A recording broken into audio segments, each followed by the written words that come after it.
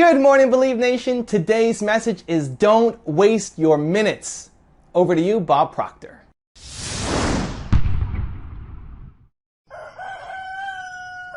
I wake up every morning. Espresso, keep me going. How many times have you had somebody say to you, hey, have you got a minute, Bob? Have you got a minute? They don't want a minute. I want you to think about that. I read a poem one time. It said, I have only just a minute, only 60 seconds in it. It was forced upon me. I can't refuse it. I didn't seek it and I didn't choose it, but it's up to me to use it. I must suffer if I lose it, give account if I abuse it. It's only a tiny little minute, but eternity is in it. Well, at any rate, I thought I'm going to put this on a video and I'm just going to share it with everybody. Just this one little part out of the seminar I'm making. I want you to look at this sand timer and I want you to think about your life. The sand in the top of the glass represents the future. The sand in the bottom of the glass represents the past. Now, do you know, we know what's in the past, and yet we can't do anything about it. Do you know what the trick is? You don't know how much sand's in the top of the glass. You may think you have a lot. You might only have a little. Then again, you may think you have a little, and you might have a lot. When I was a little boy, I was raised by my grandmother. And I don't know, when I was a little gaffer, she was probably 60, but as long as I can remember, Grandma would say, I'll soon be gone, dear, I'll soon be gone. Well, you know, we loved her. She was really an angel of God, but we thought she was never going to go. She lived to be 94 for 30-some years. I'll soon be gone. She didn't think she had much time left. She had 34 years left. Now, about the same time, I had a buddy of mine, Bob Yates. He was just 16. And bang, he ran into the abutment of a bridge and his life was snuffed out. If you had asked him a half hour before how much sand he had left, he would have said at least a half a century. He didn't have a half an hour. See, the trick is we don't know how much sand we have left. The future, we don't know. The past, it's gone. Now, the only thing you can deal with is what's right here, right now. And if you look, the sand is always moving. Now, think of this.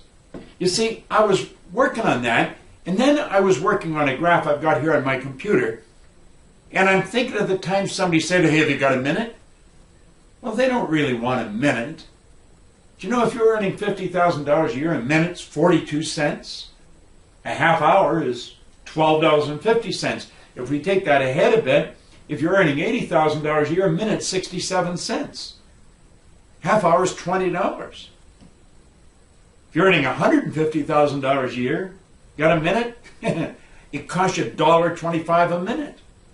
A half hour is $37.50. So you see, if somebody said, do you want to stop for a cup of coffee? Well, if you're earning $250,000 a year, a minute is $2.08. Half hour is $62.50. And then, of course, you got the coffee to pay for on top of that. So you see, the point is this. This is all we've got right here, right now. We don't know how much we have left in the future, but we do know what we've got now. And I have found the people that win are the people who make up their mind they're not going to waste the minutes. They're going to be productive. They're going to make it happen every minute. As I watch Bob, I'm reminded of Ingvar Kamprad, who's the founder of IKEA. And one of the things he said that really left his mark on me was, he says to divide your life into 10-minute chunks and then waste as few of those chunks as possible. Divide your entire life, every day that you have, into 10-minute chunks and waste as few of those chunks as possible. I think if you look at most people's work days where they think they're working, usually most people work at a job where they're working 9 to 5, they're probably only working 3 to 4 hours of really being super productive. And there's a lot of wasted time between lunch and checking Facebook and just downtime. You're not actually working that hard. And if you want to have success and you do something meaningful and have the greatest impact that you can have, you got to stop wasting as many of those 10-minute chunks as possible. I think in my life I'm pretty rigorous about it. I think it could be even better, honestly, which would probably shock and surprise the people who know me best who have to deal with me and my time management. But I'm already pretty rigorous. It's why I don't use a cell phone, because I don't want people calling me. I don't want people texting me, because it's not just answering that phone call. It's a distraction from what I'm trying to do, right? It takes me out of the zone of what I'm working on right now. I don't like going to most parties. I don't like going to most weddings. I don't like just hanging out with people. I want to go where I feel like I'm having an impact, right? I'm motivated by impact. And so if I'm going to a wedding and I feel like, you know what, nobody really cares if I'm here or not. The bride and groom that I don't really know don't really care if I'm here. I don't want to be there.